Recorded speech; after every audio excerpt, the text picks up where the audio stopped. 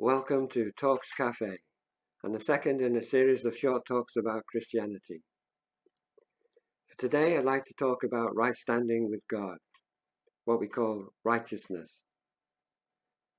Now, there's a form of righteousness which we term self-righteousness, where we try to make ourselves right with God.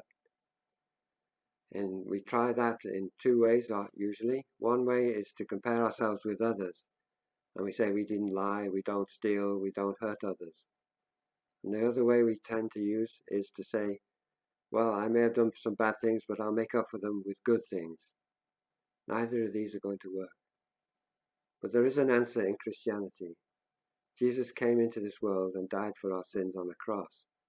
He took all our sins upon himself, and he gave to us his righteousness, his right standing with God, who was his Father.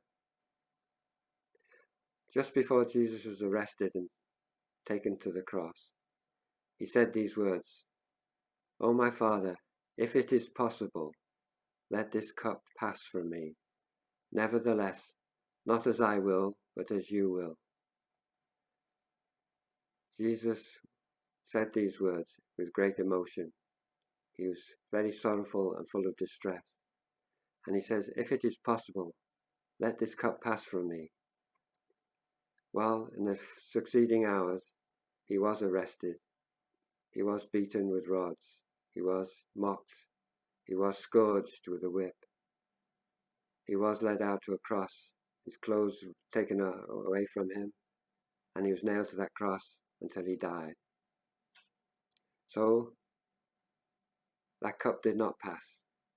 It is not possible for it to pass. It is the only way.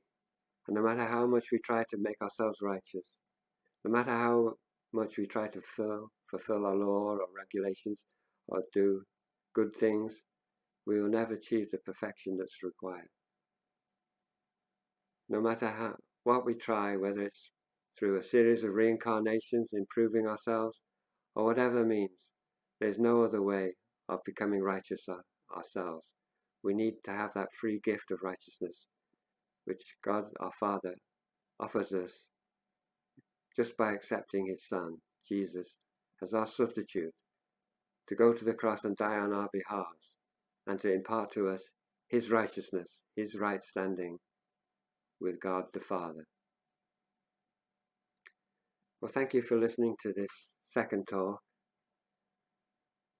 I do wish you will think about it and remember,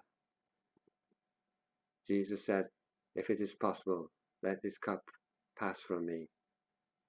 The cup didn't pass. It was the only way. There is no other way.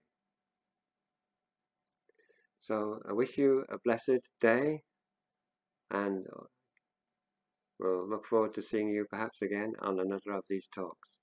Bye for now. And when I think that God, his Son, not sparing, sent him to die, I scarce